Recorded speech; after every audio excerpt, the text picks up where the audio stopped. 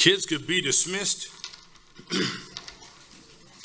out to Children's Church. I'm going to wear this in honor of my former hometown and the culture there in Hawaii. This is something that you wear often, and I would wear every Sunday when I preached. This is called a kukui nut necklace, and from the kukui nut tree. Also, they call it a candle nut. And tell you what it represents. Think of a macadamia nut. Very, very hard shell. It takes a lot to whack that thing open. Same kind of an idea. Actually, they taste about the same.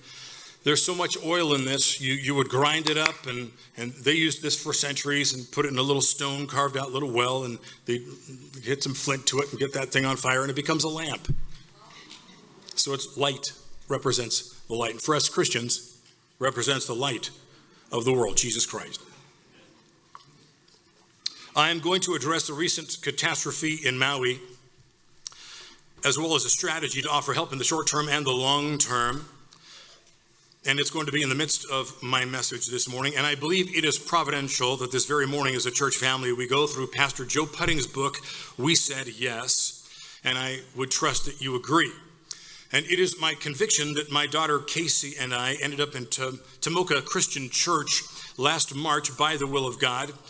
Pastor Joe Pudding was preaching. He was giving a message about Abraham going where and when God told him to go. And it was Abraham's obedience that was required by God to accomplish God's will. And God trusted the heart of Abraham, which is why he selected Abraham, a man who relied on a voice, because there was no printed word of God yet. Bible hadn't even begun to be written. All Abraham had was a voice to go on.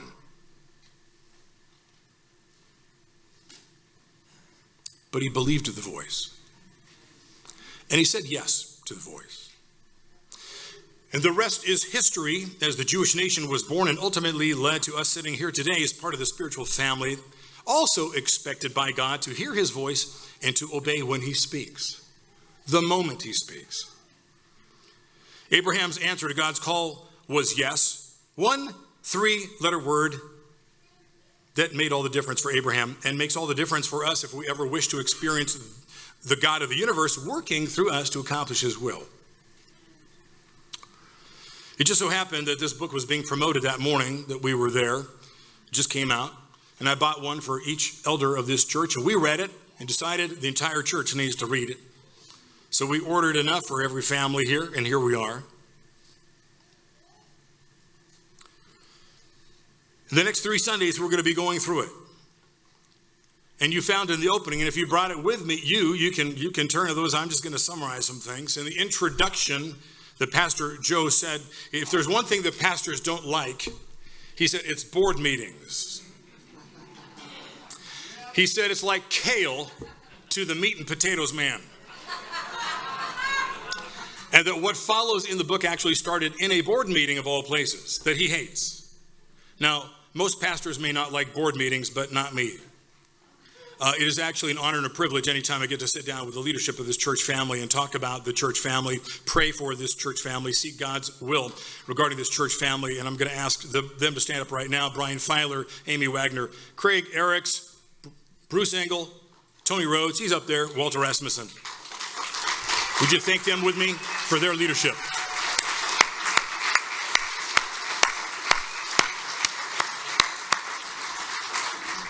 Pastor Joe then mentioned that they decided to take up a Sunday offering back in that board meeting. It was in 1996.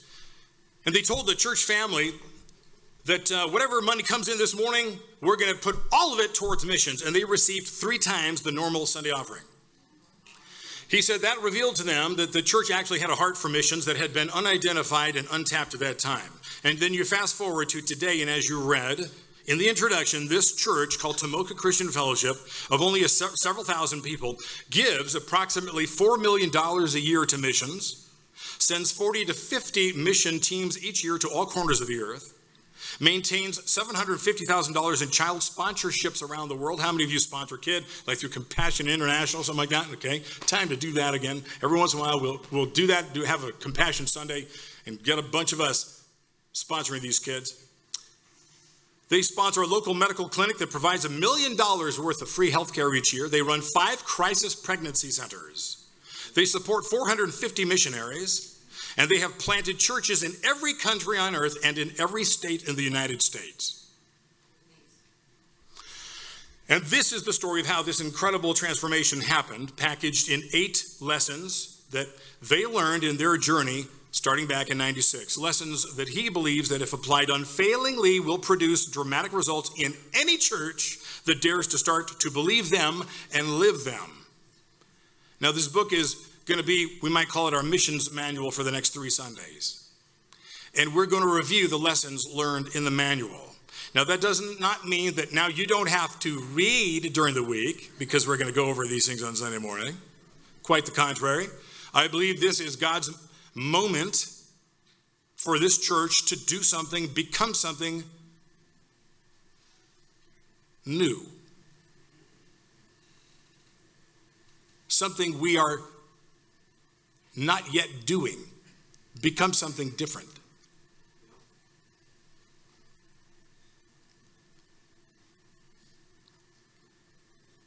I believe God is going to speak to us. And I believe he brought us to this book. We can find out as we go through it, if you would agree with me. And no, I'm not saying that this is the Word of God, or equal to it, or replacing it. I'm simply saying that God inspired it like he has inspired many Christian books. How many of you have Christian books you read? Devotionals, things like that. Raise your hand. Why do you use those? Has God met you in those? It's because he inspired the authors of those. God is always working in our lives, and when he does something, you kind of want to write it down, and people do, and all of a sudden it becomes a book, and it inspires other people. And you get encouraged from them, and you're glad they write those things down. You know, God is still writing. He's not writing the Word of God. That's closed. But he's still writing on the hearts of men and women. He's still speaking today. So I'm simply saying that the God of the Bible, who created the whole concept of missions and going into all the world and making disciples, found a man in Florida and a church that would say yes to what he was saying to them. And it's like we get to listen in on what God did, what he said to that church. And it's recorded right here.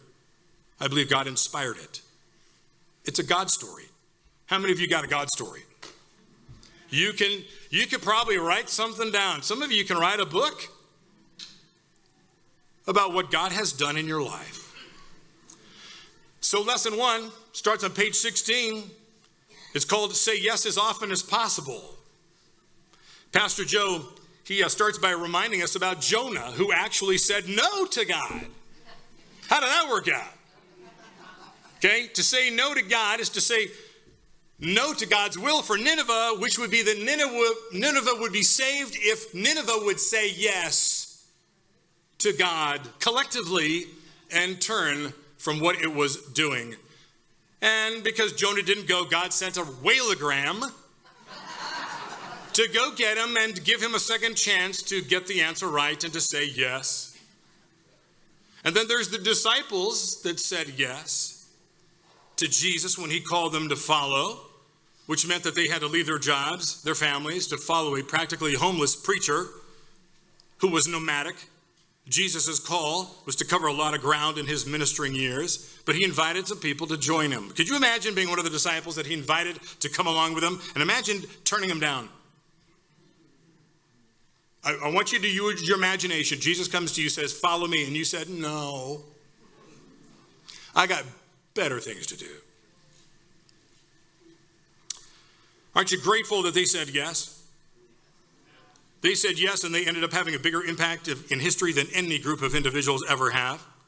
They went out to plant the first churches and write the most influential literature ever read right here in the Word of God. Joe Pudding says the forward progress of God's work depends on his people saying yes. The forward progress of God's work depends on his people saying yes in every generation that occupies this planet of his. Now, God could do everything by himself, can he? But he prefers to partner with his people for 2 reasons.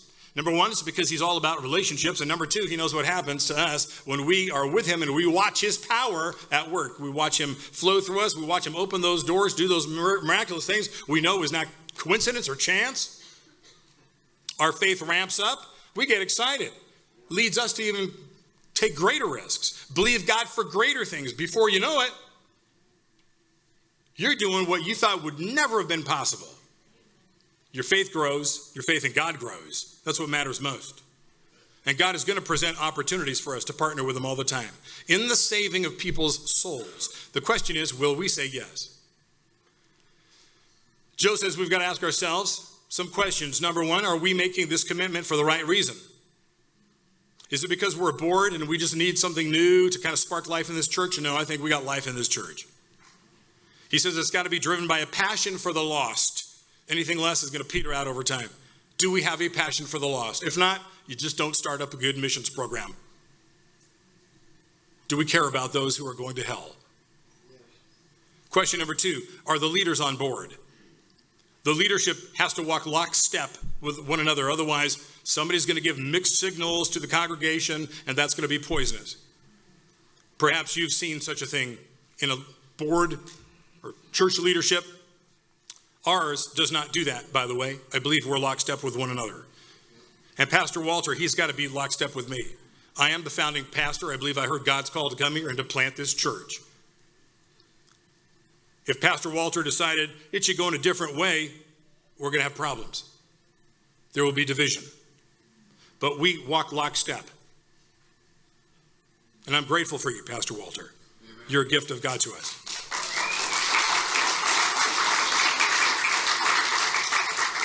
Cheryl's not too bad either.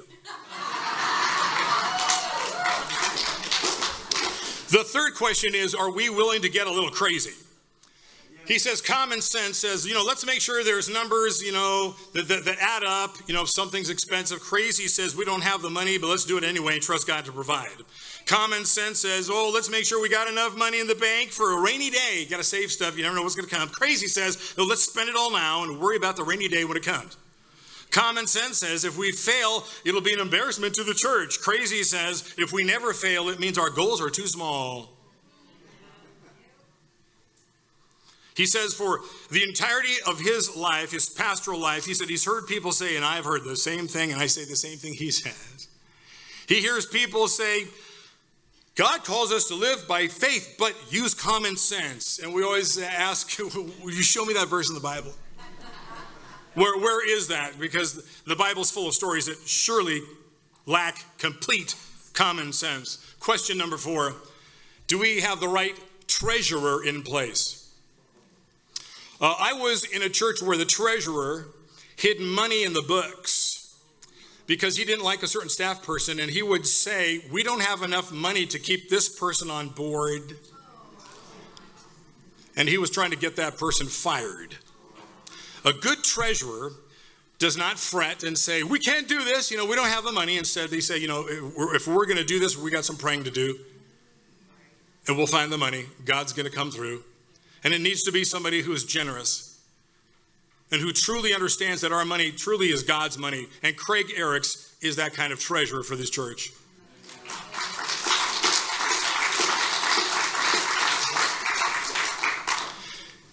He is a man of faith. He and Patty are incredibly generous. And it's amazing how often, Craig, you're in here.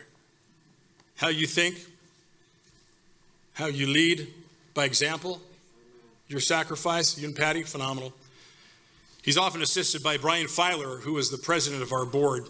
He also oversees the numbers and things. Now, I have no math chip. I miss that. I don't go past like 6th grade math. But I thank God for numbers, guys. And Brian's good with numbers. And I want to tell you that the whole board of directors, we make financial decisions together, and they will verify. We simply pray about something, and it's amazing how we'll say, well, what do we think? And somebody will come up with a number. That's the number I was thinking of. I was thinking of that number too. I was thinking of that number too. But then Craig Eriks, let's bump it by 500 or 1,000. Okay. It's kind of how it goes, isn't it? But there's agreement. But Brian Filer is going to come up right now, and he's going to share with you, just give you a snapshot of where we are financially. Sounds good? Brian Filer.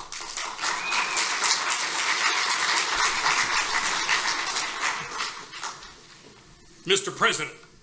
Yeah. You know, I just happen to be just a bit younger than Craig, and so maybe the computer and putting the stuff into, accounting software isn't quite as, just maybe a little, exactly, so that's, exactly. So we got a little system that we work out together. A lot of times I just kind of wait to see what the bank statement kind of shows, and I put the stuff in, but we kind of got a little system. We kind of communicate together. He kind of tells me what he spent or the bills he paid, and then I just put them in there. The chapter continues with talking about how we need to figure out when to say yes and when to say no, because there's times you got to say no. There's certain requests that will come your way. Hey, what if we do this work over here, this mission thing over here? It actually doesn't line up with what God has already revealed, let's say, who we are to be, our DNA, our specific sphere of interest or influence.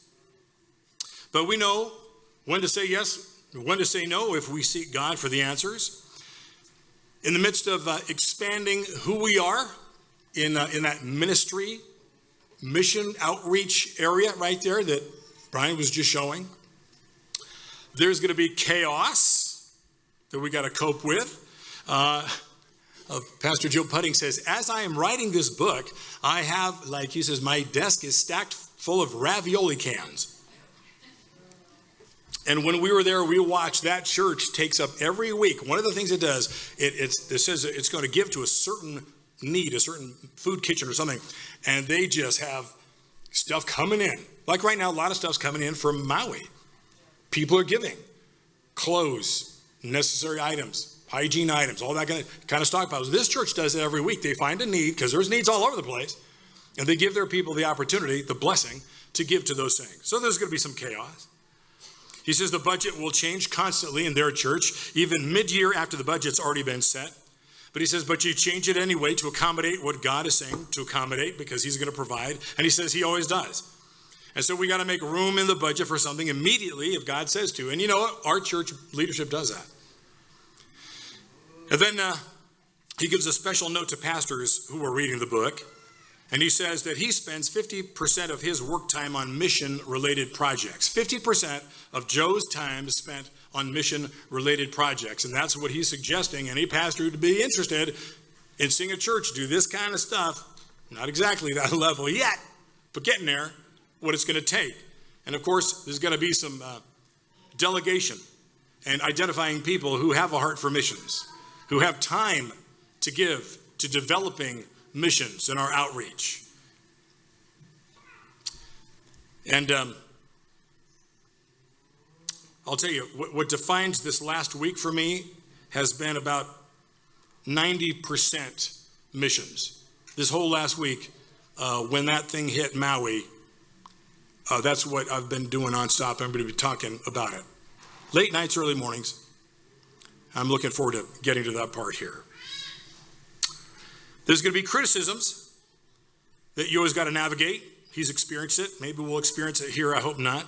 Some criticism is always helpful. That's good. And then there's this stuff that blows the wind out of your sails. There's always going to be dissenters, the bellyache, about where we spent money. And, we could have, it replaced this terrible coffee-stained carpet, which this is. If you've ever seen the chairs gone, y'all are messy. Y'all are worse than toddlers. I don't know what you do. You just kind of purposely kick it under your chair. It's amazing. So we have entertained the thought of just, filling up these pump sprayer things with coffee. And we'll just, clear coat the whole thing. And it'll smell good in this place. And maybe that will do it and save money on new carpet. But some people say, if we didn't spend so much on this mission thing, we could spend money on this thing. To be honest, it is painful for me to see a whole lot of money go to the asphalt outside. pavement. That would buy another house in the world for another Shamim somewhere. But cannot God call for both and provide for both? Clearly he did. Y'all generosity made sure that happened. And I'll tell you, I do like the asphalt more than you know. We don't look so country bumpkin. Not that I mind looking that way. But, to not have our people, especially guests, wade through mud and gravel most of the year, it's going to help this place. It's going to be a beautiful thing. There's a lot of work that has to happen behind the scenes here. Jennifer Wright does a lot of cleaning. Tony has done a lot in the past of carpets from all the mud and all that. And to have that out there does say that we've got some self-respect as a church. We take care of the possessions that God has entrusted to us. And there were people that gave generously to the paving out there. And we spent that money accordingly. Thank you for doing that. There were people that gave generously to the building of a house for Shamim, and we spent it accordingly. Thank you for that. And you know what? Things, some places cost more than others. It's why it cost what it was here, but that'll buy a house in another country. That's how it is. Lesson number 2, he says, make winning a priority is important for a church, starting on page 29. He starts with a quote by a guy named Bobby Smith, who said, the business of the church is saving souls. So here's the question, how's business? How's business? Winning does matter, especially when it comes to evangelism, and it's why Paul said that he tries to find common ground with everybody, doing everything he can to win at least some people, everything he can. At the end of Matthew's account records Jesus' words that for a long time have commonly been called the Great Commission, which is where he says, go into all the world, make disciples of all nations. And that word in the Greek, go, it actually means as you are going. It almost describes as you're breathing, as you're going about this life, as you do what you do, you're constantly out there reaching people for the Lord. That's what we're doing. And it all boils down to the fact that years ago, he says, Tomoka looked at the Great Commission and decided to win, not just to play, not just to dabble in missions, but to actually win in missions. Clearly they have.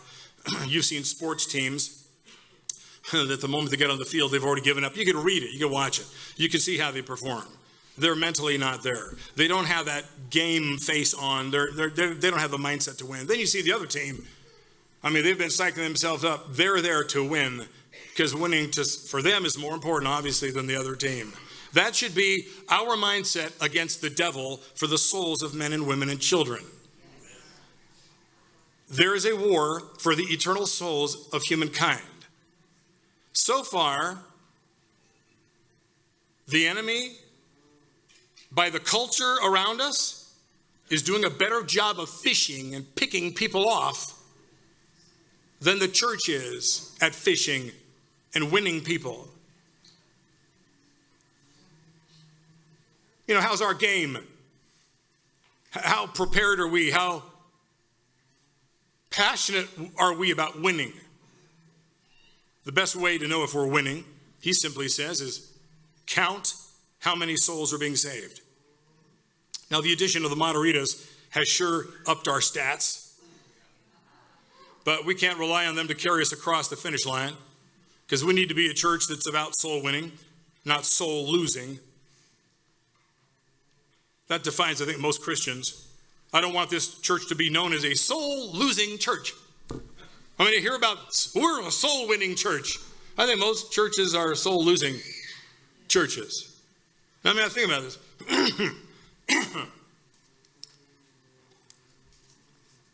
When's the last time you led somebody to Jesus? Have you ever led somebody to Jesus? How many people have you led to Jesus? Have you multiplied yourself just once? Has the investment of Jesus saving you led to somebody else getting saved by your influence, your actual invitation of somebody to come know the Jesus you know that saved you? Those are questions you got to ask yourself. What are the names of the people you right now are working on? Or are there no names in your mind? Are we winning? Are we even trying to win? I know that winning in some places is harder than others. Some places have really hard, rocky soil. It's all right. If God tells you to go, you go, and we just plant, we till, we water, and all that, and then somewhere down the road, God's going to have his way, and people are going to come to his family. Winning, he says, keeps morale high and attracts new people, sure. And he says, how do you know if you're winning? To that church, it's determined by 4 things. Number 1, a church is planted somewhere. Number 2, an indigenous pastor, a local pastor, is designated to lead. Number 3, souls are saved. Number 4, there's a clear plan for this new church to become independent and to make another church, plant another church. So we want to plant churches that plant churches. And then he ends the chapter talking about supporting a pastor in Costa Rica. They were the only church giving this guy $200 a month. That's all this guy had in Costa Rica, and he was pastoring 3 churches. They bumped up to $20,000 a year. The guy now pastors 9 churches. And he pastors one in some remote place where the people there, the indigenous people, speak a language that predates Spanish. That's winning.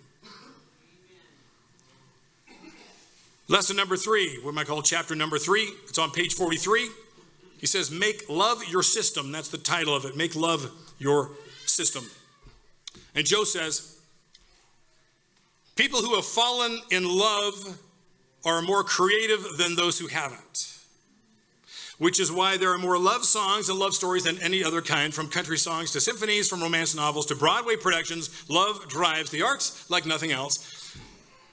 People in love seem to explode with creativity. And then he says there's a commitment level of people who are in love. They will make any sacrifice, travel any distance, fight any foe for that person who has their heart. Isn't that right? Remember those days? Some of you need to remember those days again. Maybe start doing that again in your relationships. History is filled with stories of people who have gladly given their life for somebody or some group of people that they love. And then he said there's something about Egypt that he loves. And he asks us to consider, is there a place we love? Is there a place that's kind of extra special? We want to go to a bunch of places, but is there a certain place that kind of has our heart? Egypt has his heart. And I won't go through the details, but it's spectacular, the relationship that he's got and that church has with Egypt. And when they got involved, and the number of churches that exploded because they involved, and they stay involved with Egypt. Because sometimes God says, Jesus gives you the general commission. Go into all the world. But you read the book of Acts, God has certain people like Paul or Peter in specific places, primarily kind of going throughout this thing. You'll go to other places, but sometimes you got that home base. Got it?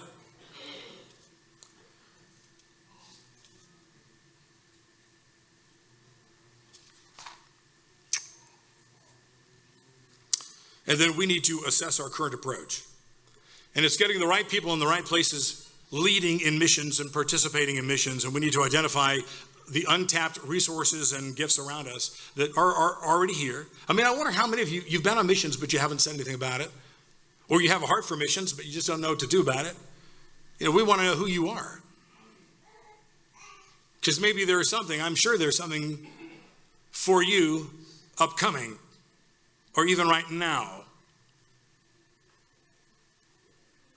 Pastor Joe says that even though they've planted churches in every country and in every state, there's no question about a special connection they have with Egypt, and I have a special connection with a certain place. I've been to many countries, but there's one place I have a special connection with. I'm going to tell you all about it in a moment. If I had a grass skirt, that would be a hint.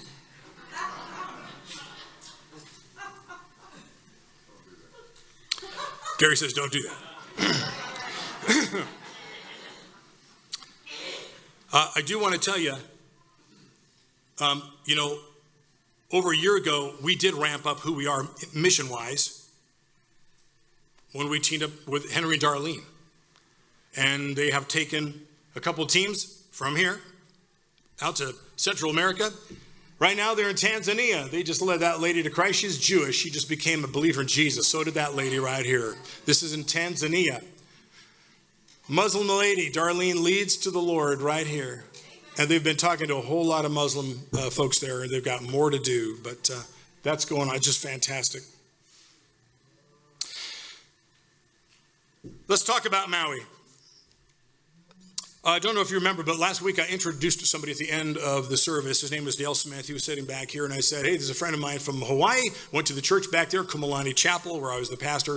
And he was just coming through town. He was going to Sturgis, and he called me. He said, hey, I'm in town. I want to come see you this morning. So he came to church. That was providential because of what happened on Tuesday. And Dale and I have been talking pretty much nonstop ever since.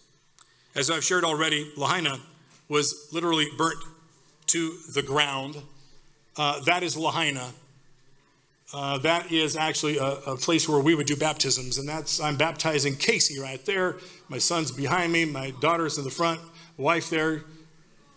Okay, that's the same place, nighttime, daytime. That's the Koloa Missionary Church. I knew the pastor of that church. I know the church. That's actually right next to a graveyard right here. It's an amazing graveyard with history. Queen Liliuokalani is buried there, and King Kamehameha III is buried there. That's the same thing. That's just kind of what it used to be. That is the green roofs. That's the school my kids used to go to.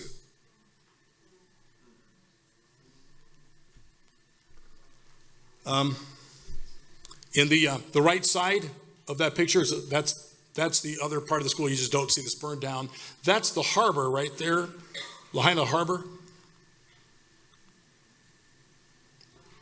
Before or after.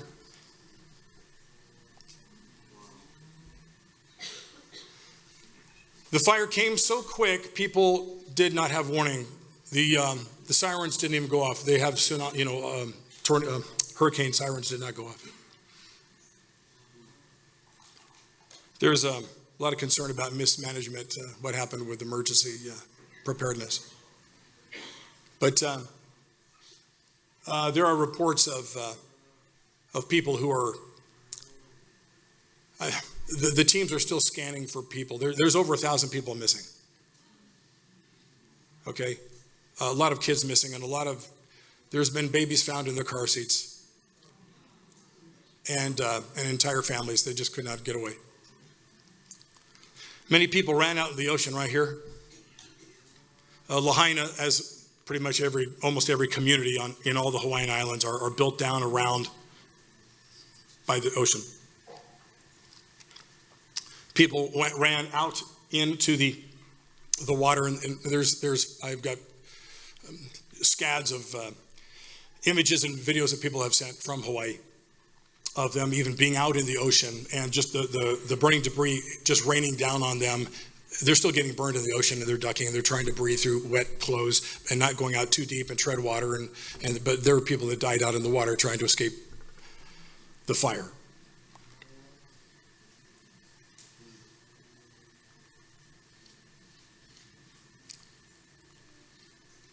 Neighborhoods are just gone.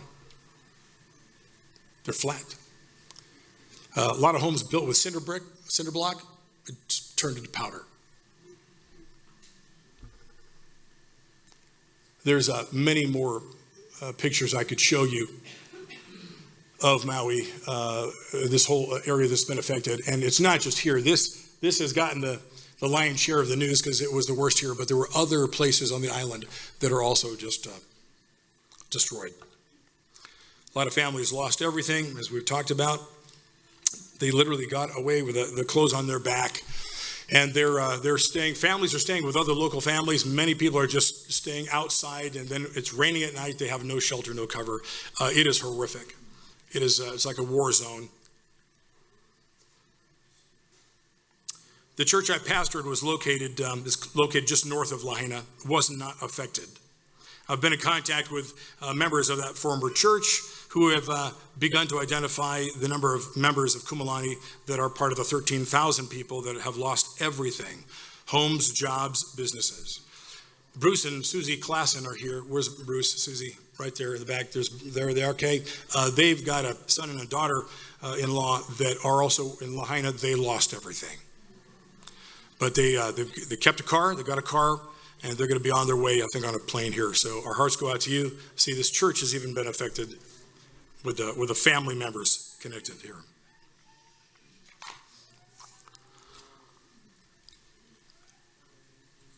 As far as I have heard, and I've heard it repeatedly by people there, despite what you might hear on the news, there has been no government assistance. The military has not come in. The National Guard has come in only to shut down the port of Kahului. It's the harbor. Makes no sense. Police are blocking roads, the entrance back into Lahaina. I get texts from church members saying, they let us out. I was able to go get some ice, some food, a generator, and to come to drive back, and they're not allowed in, and then everything spoils, and they're spending the night in the car waiting until the roads would be open. The law enforcement, they're just confused why they're not allowed back in.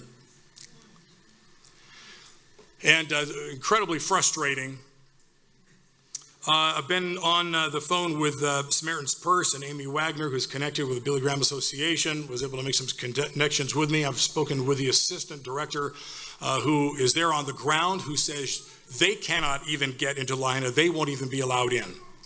Ironically, FEMA was able to get in. And the former president of the board of Kumalani Chapel, a friend of mine, his name is David Allaire, he says FEMA, what they're doing, they're just throwing their weight around. And it's more like bullying the local people, and they just need to let us do. We're very good at taking care of ourselves. What's there? The Hawaiian people can do it. They've got their own contractors, and what they can get in there, they're forbidden. Our own local contractors, they're forbidden to come in and to help the cleanup. So government overreach at its best, at a time when it just needs to let go and let the people who know best, who live there, know how to take care of themselves.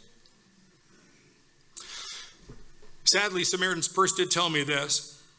It took me a while to finally get this information, but I heard it directly from the assistant director last night, that they are not, and I don't understand why, they are not bringing in any donations, food, medical assistance whatsoever, but they're going to bring in, when the time is right, when they can find housing for volunteers, they will get volunteers. They're taking signups, but they haven't alerted anybody yet.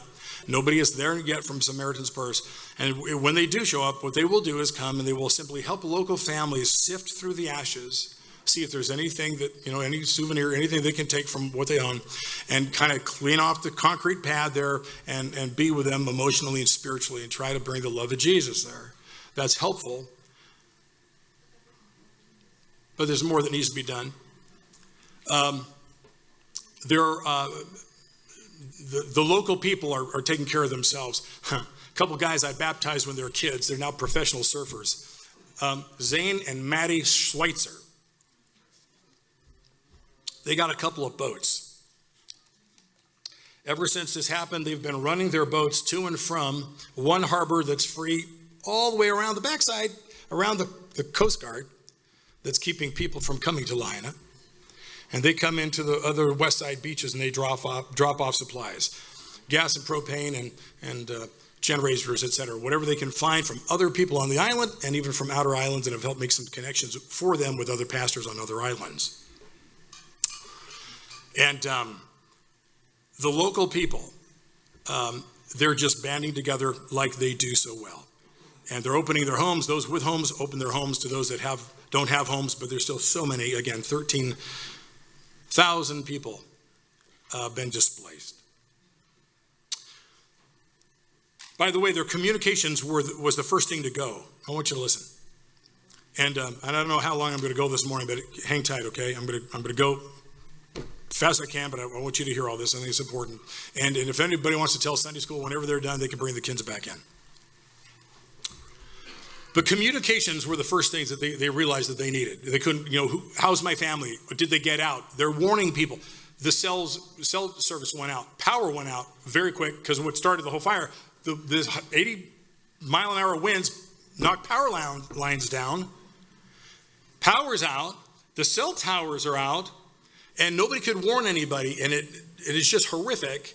And, I think of all the things that we've prepared, the modules we did, and if you've been a new member in the last 6 months or so, you may not know about this, but this whole church, we've taken through these certain modules for self-reliance. We talked about long-term food storage, power, redundancy with these various systems.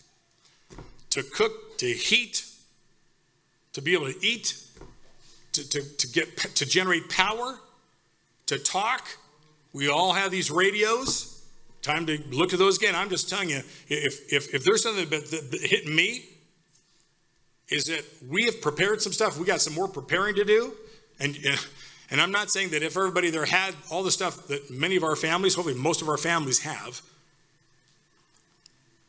the fire would consume it, sure. And it tells you want to put your stuff in something that would protect it from fire. But what we are prepared to do, nobody there was prepared to do. I'm at a loss. And so the island is actually, they're just reaching out of whatever they got in their pantries, but it's not like they've got a whole bunch of extras. You know what I mean? See, things can happen at any time. Take you unaware. But I look at this situation and I'm thinking, I want to send them a bunch of those Baofeng radios that we've got so they can talk, right? Jeff Bezos, you probably heard he's given $100 million to the rebuilding. Well, it's going to be $5.6 billion is estimated to repair 2,200 plus structures destroyed. Jeff Bezos bought a mansion on La Prousse Bay on Maui for $78 million, but he's given $100 million. I appreciate that to Maui. Oprah Winfrey was there and had a photo op. She was giving away pillows. Giving away pillows to people. I struggle with that. There's a lot I could say about the government there that is just really, I think, failed. But I've been strategizing this week with Dale Smith, the man I was talking about, who came from Kumulani Chapel, and a couple other key individuals, a former pastor I worked with back at Kumulani Chapel, and we intend to go to Maui ASAP to join the relief efforts underway. Dale Smith, he's very well connected. He's connected to a group called Health E-Charity. They're a Christian, they're a mission organization, they're nurses and a group that travel. They go to mission disaster areas. They're fantastic. We've got them scheduled to be on a flight this Friday morning out of LAX with another connection Dale has with somebody that owns a private jet. We're going to get them there with a bunch of medical supplies as fast as possible, but they're looking for donations to get those supplies and asking medical supply companies to donate, and we're trying to raise money for that. We've also got a team on the ground getting ready. We've got connections with somebody that owns 25 acres in an unaffected place up above Lahaina, up a little bit north. He's got a little private farm up there. He's got a mobile commercial kitchen, and he is getting chefs ready and food ready, and he's going to bring that thing down. We want to meet him there and help distribute food. We've also got connections going with some folks in Utah who've been gathering a lot of clothes, and we might have a container full of clothes ready to go. We just need to find some money to ship it. So things are underway. This medical team that is going to be going out there, Dale, he actually has a gym. It's called Sports Club Kahana. And the plan is that the bottom floor, and again, this is just north of Lahaina, the bottom floor becomes a pop-up clinic for the medical team. Upstairs is where everybody could stay. Luckily, it's got showers, bathrooms, everything else that's needed. It's a gym. It's a sports club.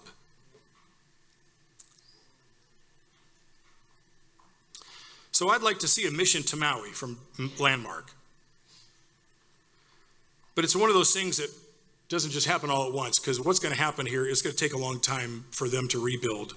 And there's going to be a long time that people are going to suffer. I want you to consider, do the math. I did the math. There's 13,000 people without a home. Now, groceries, there's only so many of those. Only so much food. And let's say, a human being needs a certain amount of calories every day to survive. That's 39,000 meals a day that needs to be provided for 13,000 people. Every day. Day after day. Where's that going to come from? So it's going to be the combined effort of groups, and anybody who has heart and says, I'm going to go help out. Just letting you know that information. They're wondering how this is going to happen. By the way, there is concern another hurricane is approaching.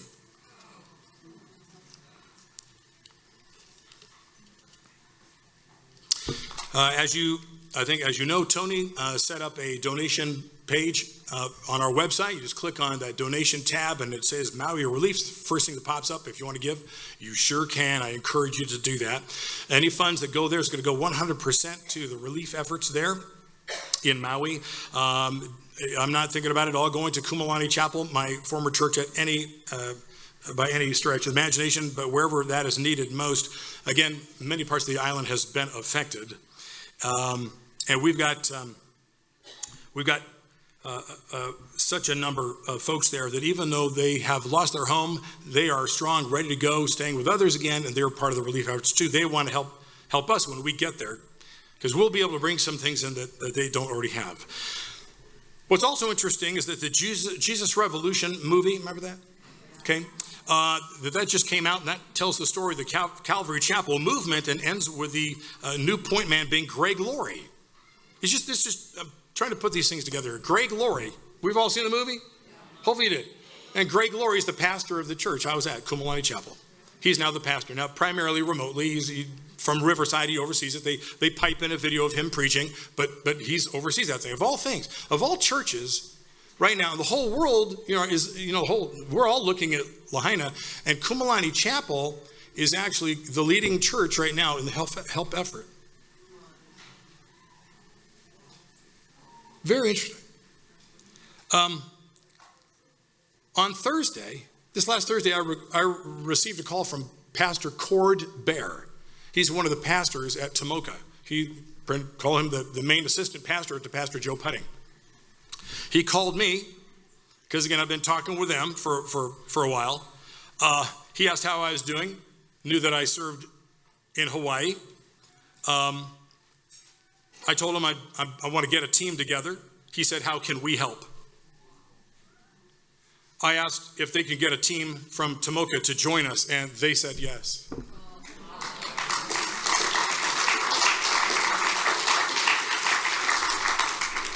This church is phenomenal. And I said, believe it or not, this Sunday we're starting Joe's book. And all I know is that we're starting y'all book, your manual, this Sunday. And let's partner together. And let's go there. Let's help out.